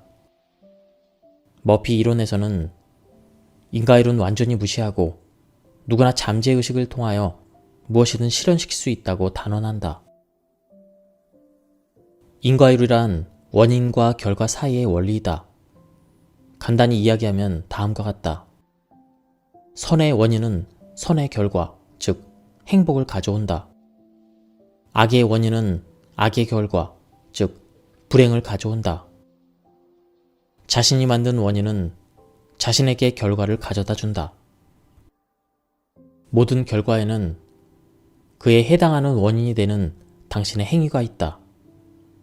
인과율의 관점에서 말하자면 소망을 실현하는 경우 그 결과에 어울리는 선한 원인을 이전에 만들어 두어야 한다. 아니면 소망 실현을 위해 노력하는 과정에서 만들어 가야 한다. 가령 당신이 1억 원을 손에 넣기를 원한다고 한다면 이 소망이 실현되기 위해서는 그 결과에 어울리는 선한 원인을 당신이 지금까지 만들어 놓아야 한다. 소망 실현에는 몇 가지 요소가 필요하다. 우선 소망을 실현시키기 위해서는 다음 4가지 요소 중 몇 가지가 필요하다. 무엇이 필요한지는 소망의 내용에 따라 다르다. 첫 번째, 생각의 힘. 두 번째, 노력. 세 번째, 초의식의 힘. 네 번째, 창조적 에너지의 활용. 초의식이란 우리들을 넘어선 존재이다. 머피가 이야기하는 잠재의 의식과 비슷하지만 차이가 있다. 창조적 에너지란 매우 신기한 에너지로서 기라고 불리기도 하며 우주가 닿는 곳에 충만하다. 이러한 힘은 생명을 생명으로 존재하게 하는 힘, 우주의 모든 존재를 만들어내는 힘, 생명 탄생의 힘으로 불러야 될 에너지이며 모든 존재의 기본이 된다. 먼저 생각의 힘입니다. 간단히 말하면 마음속에서 어느 정도 순수하게 그 소망을 실현시키고 싶다는 뜨거운 열망하는 생각, 즉 열정이나 열의가 강하면 강할수록 소망은 실현되기 쉬워진다. 의지의 순수함이 중요하다. 강하게 생각하는 경우에는 그 뒤에 강한 불안이나 의심의 마음이 드는 경우가 많아서 발목을 잡는다. 그러한 불안 등이 없는 순수한 생각이 힘을 가진다. 열정을 가진 사람은 포기하지 않고 노력을 계속하기 때문에 언젠가 소망을 실현시킬 수 있게 된다. 생각의 힘이 중요하다는 두 번째 이유는 생각은 아스트랄계에서 형태가 되어 나타나는 경향이 있고 우리들이 살고 있는 물질계에 영향을 미치는 경우가 있기 때문이다. 아스트랄계란 간단히 이야기하면 죽은 자들이 사는 세계이다. 세 번째 이유는 열정과 열의가 있으면 초의식의 도움을 얻기 쉽기 때문이다. 초의식도 당신의 열의에 감격하여 손을 내밀어 준다. 소망을 실현시키려면 실현하려는 뜨거운 생각, 즉 열정이 중요하다. 이 생각이 없으면 소망은 실현되지 않는다. 칼 융이 집단 무의식이라 불렀던 인류 전체를 연결하는 의식 영역도 있고 더 구석으로 들어가면 더 광대한 영역으로 우주 전체로 이어지는 의식 영역이 있다. 이러한 우주 전체로 이어지는 지성적인 의식 영역을 초의식이라고 부른다. 즉, 초의식은 칼 융의 집단 무의식을 포함하며 그보다도 더 큰 의식이다. 초의식의 영역은 오히려 우리들을 이끌어주며 바르게 성장하도록 항상 염려하고 있다. 우리들은 살아가면서 다양한 형태로 초의식으로부터 은혜를 잊고 있다. 그래도 그 은혜를 의식하고 있는 사람은 극히나 적다. 더구나 의도적으로 그 은혜를 구하는 사람은 더욱 없다. 가령 일에서 난관에 봉착하여 해결책을 찾아 동분서주하고 고전하고 있을 때 갑자기 묘안이 떠오른다. 이러한 번뜩이는 지혜나 영감은 대부분 그 문제의 해결을 위해 필사적인 순간보다는 목욕탕에서 편히 긴장을 풀고 있을 때나 멍하니 있을 때 찾아온다. 무언가를 행하거나 뭔가를 보는 순간에 그곳에서 연상된 무언가에 의해 답이 떠오른다. 이러한 체험은 사실 초의식 중에서도 가이드나 고차원의 정신 존재라고 불리는 의식 존재가 당신을 도와준 경우이다. 이와 같이 다양한 은혜를 부여해주는 초의식이란 대체 무엇인가? 인간의 의식은 다양한 시대의 다양한 사람들에 의해서 해명되어 왔는데 명확히 밝혀진 사실은 한 가지 부분에서 일치하고 있다. 바로 의식에는 계층이 있다는 사실이다. 즉, 일반적으로 인식되는 의식 외에도 몇 가지 의식 수준에는 단계가 있다는 사실이다. 이를테면 의식은 고층 빌딩과 같은 구조를 가지고 있다. 우리들이 평소에 인식하고 있는 의식은 물질적인 세계에 한정되어 있다. 일반적으로 우리들이 물질 세계 밖에 파악하지 못하는 이유는 우리들의 의식이 이 물질계의 수준에 머물러 있기 때문이다. 이 고층 빌딩의 비유를 통해서 이야기한다면 1층이 물질계이고 우리들 인간의 의식은 대부분 이 1층에 위치하고 있다. 2층은 죽은 자들의 세계이다. 의식 깊은 곳으로 들어가면 우선적으로 연결되는 다른 차원은 죽은 자들의 차원이다. 평소 유령이 보인다고 하는 사람은 1층과 2층의 풍경을 모두 보고 있는 사람이다. 2층은 영계 또는 아스트랄계라고도 불린다.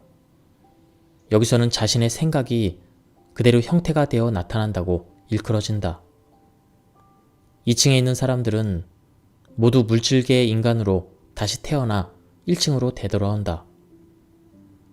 우리들의 의식을 다시 이탈시켜 3층으로 들어가면 영적으로 득도한 사람들과 만나서 연결되고 교신할 수 있게 된다. 그들은 사람으로서 다시 태어나는 과정을 중지하지는 않았지만 자신의 의지로 시대와 장소를 골라 다시 태어나고 싶을 때 다시 태어날 수 있다. 4층으로 가면 그곳은 인간을 졸업한 사람들이 있는 층이다. 4층 위에도 또 다른 층이 있다.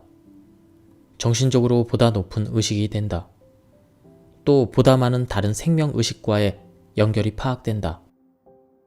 의식의 넓이가 확대된다고 말해도 좋다. 위층으로 올라가는 만큼 의식이 커짐을 의미한다. 상위층에서는 우주 전체와 의식이 연결될 정도로 의식이 크고 넓어진다. 이와 같이 다양한 층에 다양한 생명 존재가 있다. 이 중에 자신의 스피리추얼 가이드라 불리는 정신 존재가 있다. 여기서는 줄여서 가이드라고 부르기로 한다. 그들은 4층 또는 그 이상의 층에 있다. 가이드는 지도령이나 수비령으로도 불린다. 가이드는 자비의 마음으로 우리들을 이끌고 우리들의 영적 성장을 돕는다. 여기서 영적 성장이란 한 단계 올라가는 의식의 경계를 의미한다. 고층 빌딩의 비유라면 위층으로 올라가는 것이다. 이러한 생명 의식 중에는 여러 분야에 능한 지적 존재들도 많이 있다. 가령 물리학이나 수학의 지식을 풍부하게 갖추고 있는 존재나 음악이나 미술 등의 예술적 재능이 풍부한 존재들도 있다. 우리들은 필요하다면 이러한 지적 생명체로부터 지식을 얻을 수도 있다. 초의식이란 고층 빌딩으로 비유하자면 3단계와 그 이상의 모든 단계를 말한다. 위쪽에서는 우주 전체로 이어진다. 초의식이라고 일컫는 부분은 4단계에 존재하는 가이드들, 그리고 3단계를 비롯한 모든 단계에 존재하는 지적 생명체 중에서 필자를 돕는 존재들을 주로 의미한다. 뭔가 특수한 지식을 가지거나 정보를 제공해주거나 하는 생명 존재들이다. 그들의 집합체를 필자는 초의식이라 부르고 있다. 그러므로 각자의 초의식에는 차이가 있다. 그 이유는 각자의 가이드가 다르기 때문이다. 도움을 주는 지적 생명체도 다르다. 그렇지만 양자는 모두 위쪽 계층에서는 연결되어 있다. 머피가 잠재의식이라는 표현을 사용하고 잠재의식이 무엇이든 해준다고 이야기했다면 그 잠재의식은 막연한 이미지뿐일 수도 있지만 사실은 가이드나 다른 지적 생명체를 말하기도 한다. 나는 그들의 총체를 초의식이라 부르고 있다. 잠재의식이 소망을 실현시켜준다고 하기보다는 가이드들이 실현시켜준다고 하는 편이 뭔가 이미지가 쉽고 잡히는 느낌이 들기 때문이다. 또 친숙함도 있다. 가이드들에게는 사랑이 넘쳐서 아이들을 염려하는 부모와 같은 마음이 있다. 가이드의 목적은 우리의 영적 성장을 촉진시키는 일 한 가지뿐이다. 그래서 우리들에게 여러 가지 행동을 요구하는 반면 그 과정을 느낄 수 있는 사람은 많지 않다. 영적 성장에 있어서 중요한 부분은 애정, 인과율, 노력, 인내하여 배우는 것. 이것이다. 인간 세상은 실제 체험을 통해서 배우기 위한 무대가 된다. 이런 의미에서 인간 세상은 모든 이치를 배우고 졸업하는 학교와 같다. 한마디로 요약하면 무조건적인 사랑을 배워야 한다. 가이드는 우리들의 영적 성장을 이루어 무사히 인간 세상을 졸업할 수 있도록 다양한 기회를 활용하여 도와주고 있다. 반면 가이드는 우리들이 인과율을 깨닫지 못하고 잘못을 하면 마음 아파하고 슬퍼한다. 마치 아이가 뭔가 잘못을 하면 부모가 안타까워하는 그런 경우와 비슷하다. 우리는 이러한 사실을 알지 못한 채 감사의 마음도 갖지 않고 살아간다. 우리가 뭔가의 문제로 고민하고 있으면 가이드가 해결책을 제시해 주기도 한다. 서점에서 무심코 펼친 책의 열린 페이지에서 힌트를 얻는 경우와 같다. 단, 이 경우는 해결책을 제시해 줌으로써 영적 성장을 기대할 수 있는 경우에 한한다. 무엇이든 대답을 제시해 주진 않는다. 부모가 아이의 숙제를 대신 해주면 의미가 없는 경우와 같다. 본인이 스스로 답을 찾아야만 영적 성장이 이루어지는 경우라면 가이드는 옆에서 지켜볼 뿐이다. 경우에 따라 답을 주기도 하고 주지 않기도 한다. 우리는 모두 행복을 추구하고 괴로움을 피하기를 바라며 매일을 보낸다. 그러나 괴로움 속에서만 배울 수 있는 경우도 있다. 사람은 체험을 통해서만 배워나갈 수 있기 때문에 때로는 가이드들은 우리들을 괴로운 상태에서 스스로 배워나가기를 재촉하기도 한다. 사람은 수면을 취할 때 평상시의 의식이 억제되는 대신 무의식이나 초의식에 들어가기 쉬워진다. 보통의 꿈은 억제된 상태에서의 무의식이 나타나지만 영몽의 경우는 초의식이 관여하고 있다. 가이드가 계시나 경고를 평소의 각성 의식이 아닌 꿈을 통해서 전해주는 이유는 평소의 의식 상태에서는 주려고 해도 받아들이지 않기 때문이다. 각성 상태에서는 우리들의 생각, 잡념이 강해서 가이드와 같은 초의식으로부터 목소리가 전해지기 어렵다. 반대로 생각하면 각성 시에도 마음을 비운 상태, 즉 무의 상태를 유지할 수 있다면 초의식으로부터의 메시지는 전해지게 된다. 영적 성장에 있어서 가장 중요한 점은 사랑은 체험을 통해서 배워야 한다는 점이다. 그리고 인과율과 노력에 대해서 터득해야 한다. 가이드는 이들을 터득해 나가기 위한 기회도 만들어준다.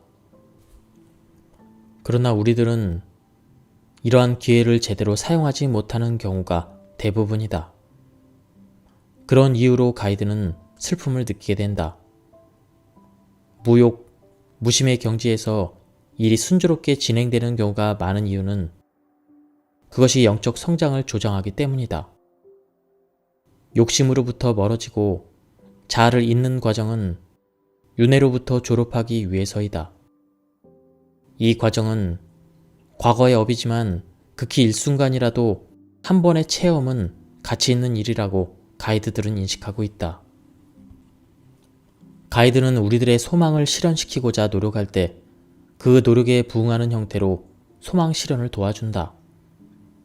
노력이 영적 성장에 중요한 의미를 갖는 이유가 여기에 있다.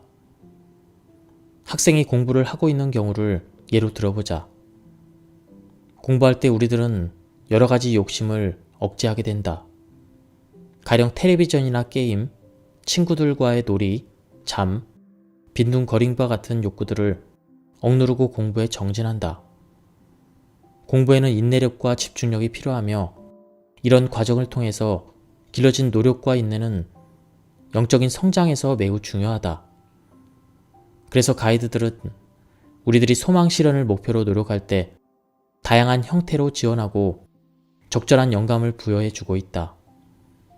설령 개인적인 목적의 소망이라도 해도 말이다. 앞에서 머피 이론의 중요한 점이 빠져 있다고 한 이유가 바로 여기에 있다. 노력을 빼놓고는 가이드의 도움은 전혀 얻지 못하기 때문이다. 우리들이 성심성의껏 노력할 때 가이드는 기뻐하며 도움의 손길을 내밀어준다.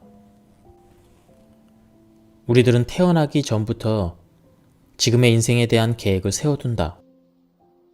우선 이 인생에서 배울 사항이나 목표를 설정한다. 필자의 경우 이번 인생에서 배울 항목은 사랑과 인내이다. 그리고 그 목표를 달성할 수 있도록 인생의 줄거리를 짠다. 그때 미리 그 목표를 달성하기 위해 필요한 만남 등이 일어나도록 설정한다.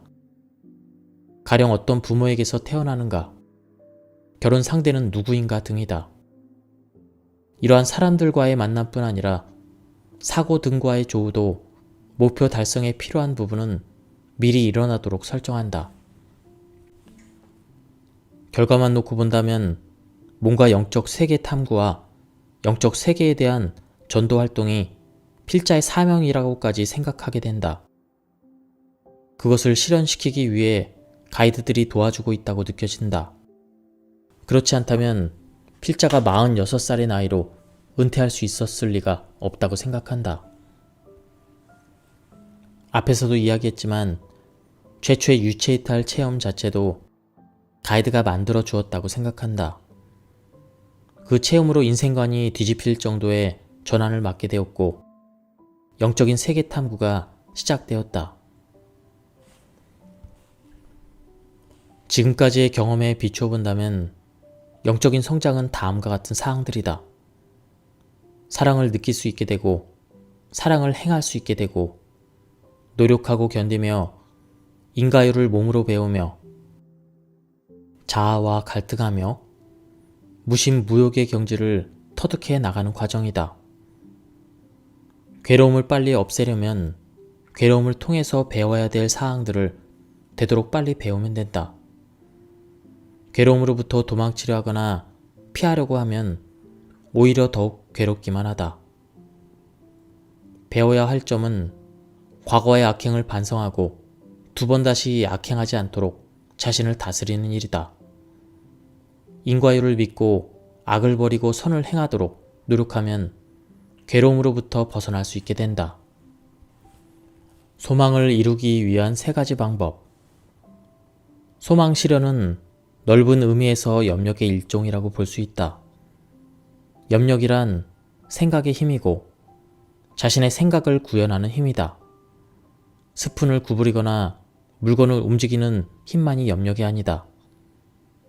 몸의 병이나 상처를 치유하는 소위 힐링이나 자신의 소망을 실현시키는 힘도 염력에 해당된다. 생각을 실제화하여 소망을 실현시키기 위해서는 다음에 3가지 방법이 있다. 첫 번째, 초의식을 활용하는 방법. 2번째, 우주와 일체가 되고 생각, 소망과 일체가 되어 생각을 실체화하는 방법. 3번째, 자신의 힘으로 생각을 실체화하는 방법. 먼저 초의식을 활용하는 방법입니다. 여기서 활용하는 초의식은 초의식 중에서도 가이드나 특수한 재능을 지닌 고차원의 의식 존재들이다. 무념무상의 상태가 되면 이러한 존재들과의 채널이 열려 연결되고 그들의 힘을 활용할 수 있게 된다. 가이드가 당신의 소망을 들어주거나 고차원의 의식 존재가 좋은 아이디어를 주기도 한다. 가이드가 당신을 영적으로 이끌어주기 위한 목적으로 당신의 소망을 들어주는 경우도 있다. 단, 가이드는 당신의 모든 소망을 무조건 들어주지는 않으며 다양한 조건이 따른다. 2번째, 우주 소망과 일체가 되어 소망을 실현시킨다. 다음 방법은 상당히 특수한 의식 상태를 필요로 한다. 나름대로 난이도가 꽤 높은 방법이다. 우선 우주와 일체가 된다. 이 상태에서 자신의 소망과 일체가 된다. 그렇게 하면 소망은 저절로 실현된다. 소망과 일체가 되면 소망이 이루어진 상태와 일치가 되고 이러한 상태의 자신을 체험한다는 의미이다. 우주와 일체가 된 상태라면 우주 전체와 연결된 상태라고도 할 수 있다. 즉, 초의식 중에서도 가이드나 특수 재능을 지닌 고차원의 존재들보다도 더욱 상위층의 의식 영역과 연결된 상태를 나타낸다. 이렇게 되면 우주에 가득한 생명 에너지를 활용할 수 있게 된다. 생명 에너지는 창조적인 에너지이기도 해서 그 힘으로 자신의 생각을 실현시킬 수 있다. 이 상태에서는 우주 속의 지원을 받을 수 있으므로 아무런 제한 없이 자유자재로 소망을 이룰 수 있게 된다. 인과율을 초월한다. 초의식의 어느 영역에 연결되는가에 따라 실현되는 소망의 정도가 달라진다. 가이드의 영역과 연결되더라도 소망 실현에는 다양한 조건이 따른다. 가령 인과율을 넘어서는 안 되고 물리 법칙이나 생물학적 법칙에 따라야 한다.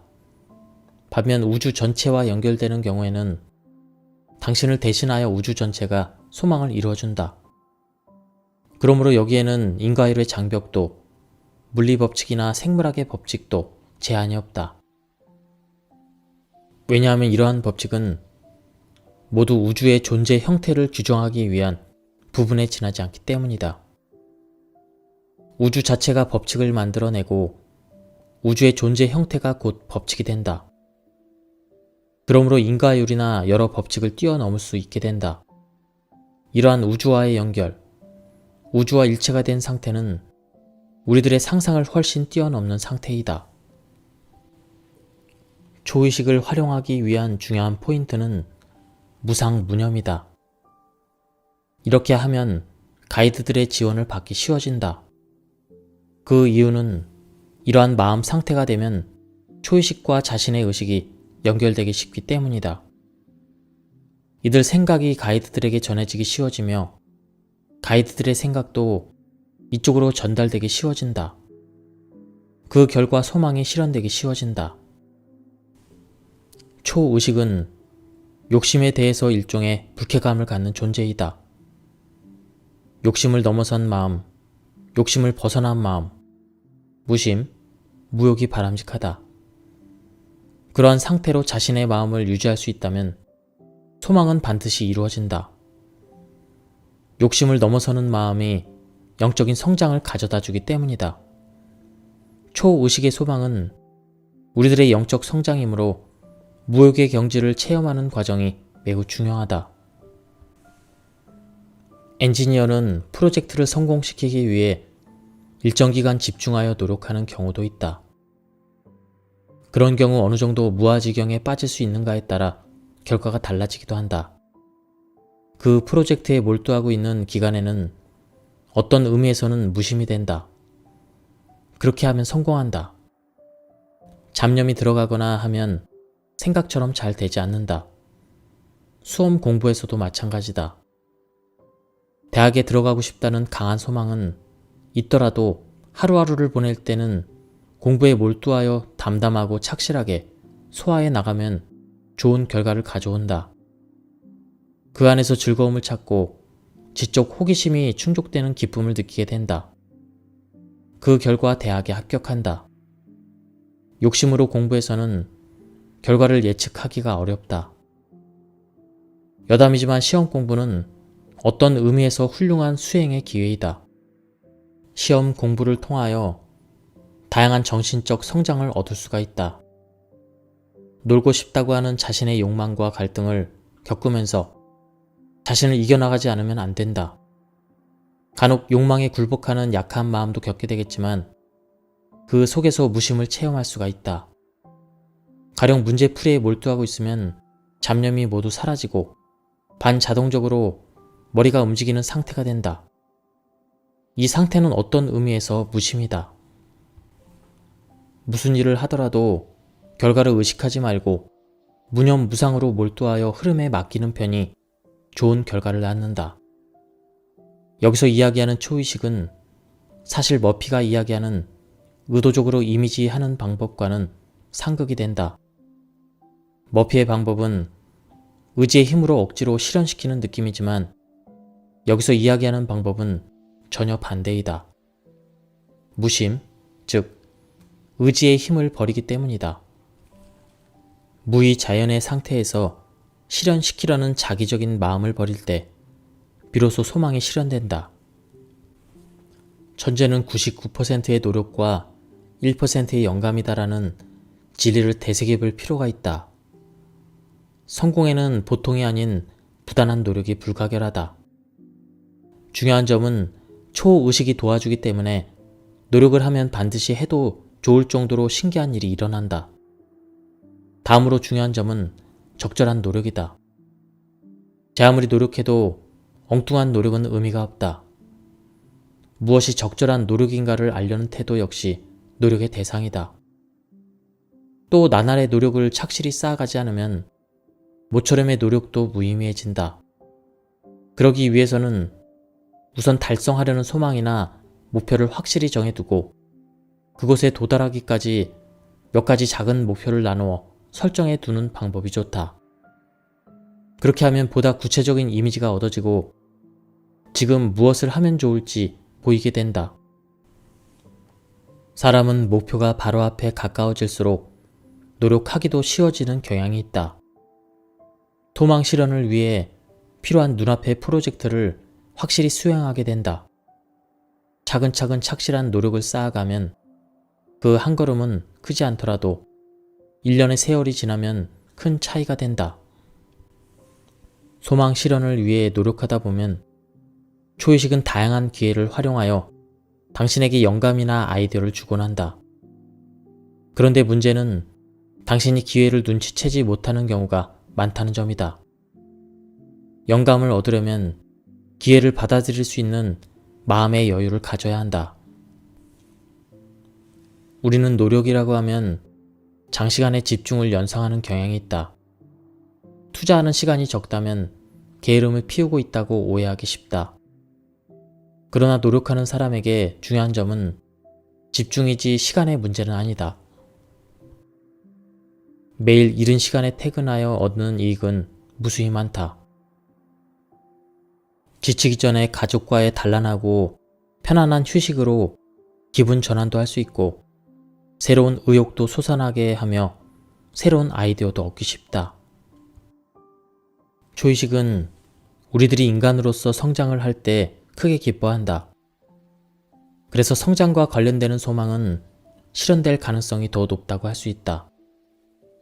직접 인간적인 성장으로 이어지지 않더라도 길게 보아 그렇게 되는 경우에는 그 소망 실현에 대한 초의식의 지원을 기대할 수 있다. 당신의 초의식이 어떤 계획을 가지고 있는가는 관계없다. 하지만 당신이 인간으로서 참된 성장을 분명히 소망하고 있다. 이러한 성장을 돕는 소망을 가지면 초의식은 실현을 향해 움직이기 시작한다. 친절은 나를 위해 베푸는 일이라는 말이 있다. 즉, 남에게 친절을 베푸는 일은 상대를 위하기도 하지만 결과적으로는 자신을 위한 일이 된다. 이러한 원칙은 모든 일에 적용된다. 남을 위해 뭔가를 하면 결과적으로 그 행위가 자신에게 되돌아오게 된다. 소망을 달성하는 지름길은 자기 자신만 생각하는 자기 중심적인 행동이 아니라 남을 생각하고 남의 이익이 되도록 해야 한다. 그렇게 하면 결과적으로 자신도 이익을 얻게 된다. 남의 이익을 바라는 마음이 심리적으로 어렵다면 자신도 남도 모두 이익이 되도록 하면 된다. 자신을 희생하여 남을 돕는 행위에는 큰 가치가 있기 때문에 초의식은 적극적으로 도와주게 된다. 무심이라는 특수한 의식 상태는 평소의 각성시의 의식 상태와 다른 의식 상태이며 일반적으로 변성의식이라고 부른다. 변성의식에는 여러 가지가 있다. 가령 좌선 등을 통해서 명상하고 있을 때 사람은 평소 체험하지 않는 깊은 의식을 체험하게 된다. 이 좌선도 변성의식의 한 가지이다. 이러한 세계적인 흐름 속에서 미국의 로버트 몬로라는 사람은 변성의식을 보통 사람도 체험할 수 있도록 헤미싱크라 불리는 획기적인 음향 기술을 개발해냈다. 이것을 직역하면 방구 동조라는 것인데 되뇌 좌우 방구가 동조한다는 의미이다. 헤미싱크는 헤드폰을 통해서 우측귀와 좌측귀에 약간 다른 주파수의 소리를 들려주면 그 주파수의 차이에 해당되는 뇌파가 발생하는 원리를 이용하고 있다. 가령 귀 우측에 100Hz, 좌측에 105Hz를 들려주면 5Hz의 뇌파, 즉 시타파에 해당되는 뇌파가 발생한다. 그래서 듣는 사람의 의식 상태를 그 뇌파에 해당되는 상태로 재현할 수 있다. 헤미싱크에서는 주파수를 적절히 선택하여 듣는 이의 의식을 각성 상태, 숙면 상태, 명상 상태 등으로 자유롭게 컨트롤할 수 있게 된다.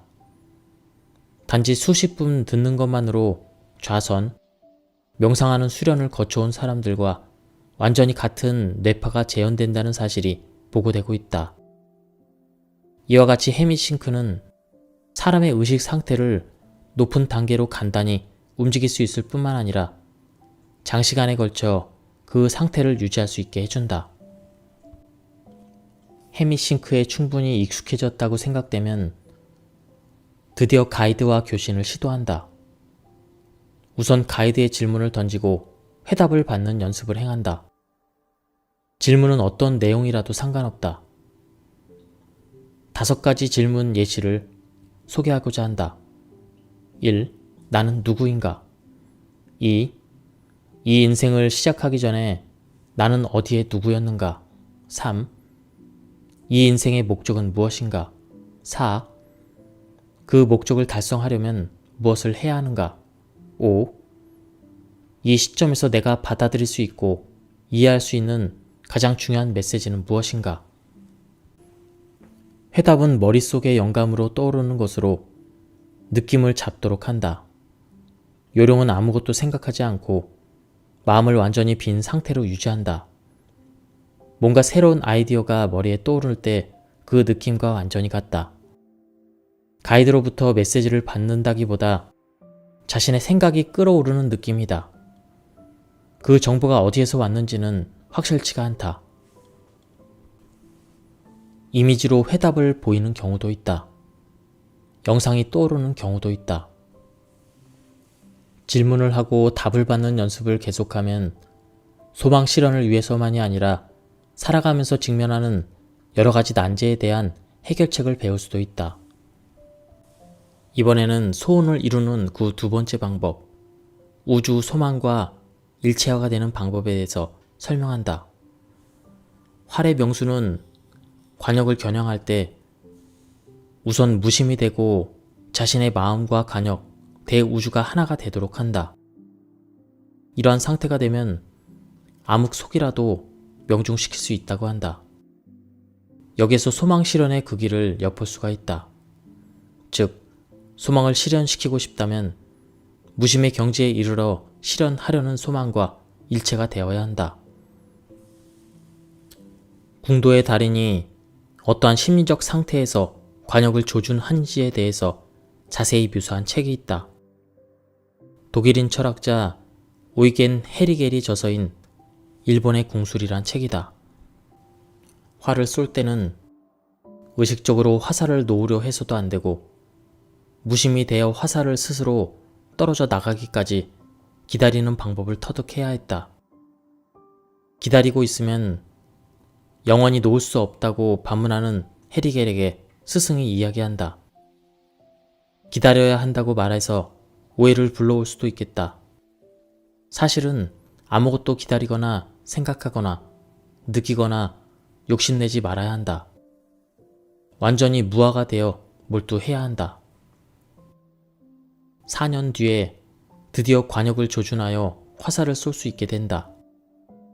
그때까지는 2m 정도 앞에서 놓인 집더미를 향해 연습했을 뿐이지만 이제부터는 60m 정도 떨어진 관역을 향한 발사를 한다.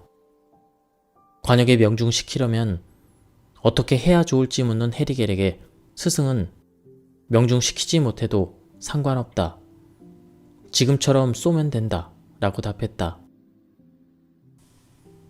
명중시키지 않고 화살을 쏘는 행위가 무슨 의미가 있는가라고 해리겔이 반문하자 노리지 말라, 관역도, 명중도, 그 외에 어떤 무엇도 생각하지 마라. 활을 당기고 화살이 떨어져 나가기를 기다려라. 그러면 모두 그대로 이루어지도록 해준다 라고 말했다. 그리고 해리겔이 보는 앞에서 활을 들고 보기 좋게 가운데를 명중시켰다. 내가 하는 방법을 잘 보았는가? 명상에 잠긴 부처처럼 눈을 거의 감고 있는 상태를 보았는가? 나는 관역이 점점 작아져 사라질 때까지 눈을 감는다. 그러면 관역은 내 쪽으로 다가온다. 그리고 관역은 나와 일체가 된다. 이 상태는 마음을 깊이 가지지 않으면 도달하지 못하는 경지이다. 관역이 나와 일체가 되면 그 상태는 내가 부처와 일체가 되었음을 의미한다. 내가 부처와 일체가 되면 화살은 부동의 중심을 향한 관역 중심에 있게 된다. 화살이 중심에 있다는 사실은 우리의 깨달음의 의식을 더욱 해석하여 생각해 보면 화살이 중심에서 나와 중심으로 들어간다는 의미이다. 관역을 향하지 말고 자기 자신을 향하라. 자신과 부처와 관역을 동시에 명중시킬 수가 있다. 해리겔의 책을 인용한 이유는 궁도의 달인이 활을 쏠 때 경지가 그대로 소망을 실현시키는 데 필요한 의식 상태와 같다고 생각했기 때문이다. 마음을 무로 돌리고 화살과 일체가 되어 우주와 일체가 되면 화살이 관역에 적중하는 이치와 같이 소망과 일체가 되면 소망은 저절로 실현된다. 소망과 일체가 되면 소망이 이루어진 상태와 일체가 되게 된다. 이러한 경지가 되는데 가장 큰 장벽은 해리겔의 경우와 마찬가지로 의심하는 마음, 즉 불신이다. 그럴 리가 없다고 생각하는 마음이 일체됨을 불가능하게 한다. 불신을 없애려면 어떻게 해야 할까? 스스로 우주와 일체가 된다는 체험을 하는 수밖에 없다. 스스로 체험하지 않으면 불신은 없어지지 않는다. 단 이러한 체험에는 큰 문제를 안고 있다. 왜냐하면 우리들은 불신이 있기 때문에 체험할 수 없지만 체험하지 않으면 불신도 사라지지 않기 때문이다. 이런 문제를 돌파하려면 역시 해리겔이 한 방법처럼 오로지 수련을 거듭해야 한다. 그러는 동안에 어느새 갑자기 그러한 현상이 일어난다. 우주와 일체가 되려고 힘쓰는 노력은 자신의 자기적인 행위지만 그 노력을 포기하려는 순간 갑자기 일어난다. 즉, 우주와 일체가 되려고 필사적으로 노력한 보람이 무로 돌아가려는 순간 모든 일을 내맡길 때 이루어지는 현상이다. 다음은 미국인 가렌버거 박사가 소개하는 소원 성취의 비결을 간단하게 소개해주고 있습니다. 1번, 의심의 마음을 없앤다. 우선 무엇보다도 가장 중요한 사항은 의심의 마음을 없애야 한다. 해리겔에게 최후의 장벽이 불신이었다. 가렌버거 박사는 의심의 마음뿐 아니라 모든 부정적인 감정에 마이너스 효과가 있다고 한다. 이러한 마음을 없애기보다 플러스로 전환하는 편이 좋다. 축구나 야구 시합 등에서 관객의 성원의 힘을 얻는다는 표현을 쓴다. 이 방법도 자신의 기분을 상기시켜 자신의 부정적인 감정을 없애고 실력 이상의 힘을 발휘해 줄 수 있게 해준다. 2번째, 마음을 연다. 2번째는 마음을 여는 비결이다. 특히 남성의 경우 마음이 닫혀있는 경우가 많다. 마음이 닫혀있다는 의미는 자신의 주변에 방어벽을 치고 자신을 항상 수비하는 자세를 말한다. 그에 비해서 열려있다는 의미는 자신을 열고 모두와 마음을 나누는 화기애애한 상태이다. 앞에서 이야기한 상기된 기분이 되면 마음도 열린다. 되도록이면 마음을 연 상태를 유지하는 쪽이 염력에 유리하고 생명 에너지가 잘 흘러 들어올 수 있게 된다. 세 번째는 실현하고자 하는 소망은 되도록 구체적으로 생각해야 한다. 한 예로 가렌버거 박사가 한 번은 스테이크가 먹고 싶다고 소망했다고 한다. 그리고 얼마 안 있어 가족 전원이 외식할 기회가 있었다. 그는 그 소망의 결과라고 생각하여 스테이크를 주문했다. 그런데 레스토랑의 실수로 아무리 기다려도 그의 스테이크만 나오지 않았다. 가족들은 모두 식사를 마쳤다. 웨이터에게 항의하자 서둘러 스테이크를 갖다 주었다. 결국 그 스테이크는 레스토랑의 무상 제공으로 처리되었지만 결과적으로 가족들이 모두 즐겁게 식사할 수는 없게 되었다. 박사는 단지 스테이크가 먹고 싶다고 청했을 뿐 모두 즐거워하며 함께 식사하는 장면을 생각하지는 않았다는 점이 문제라고 했다. 즉, 뭔가를 바랄 때는 소망뿐만 아니라 그 관련된 주변 상황까지도 묘사해야 한다. 4번, 잊는다. 네 번째는 일단 부탁했으면 그 사실을 잊어야 한다.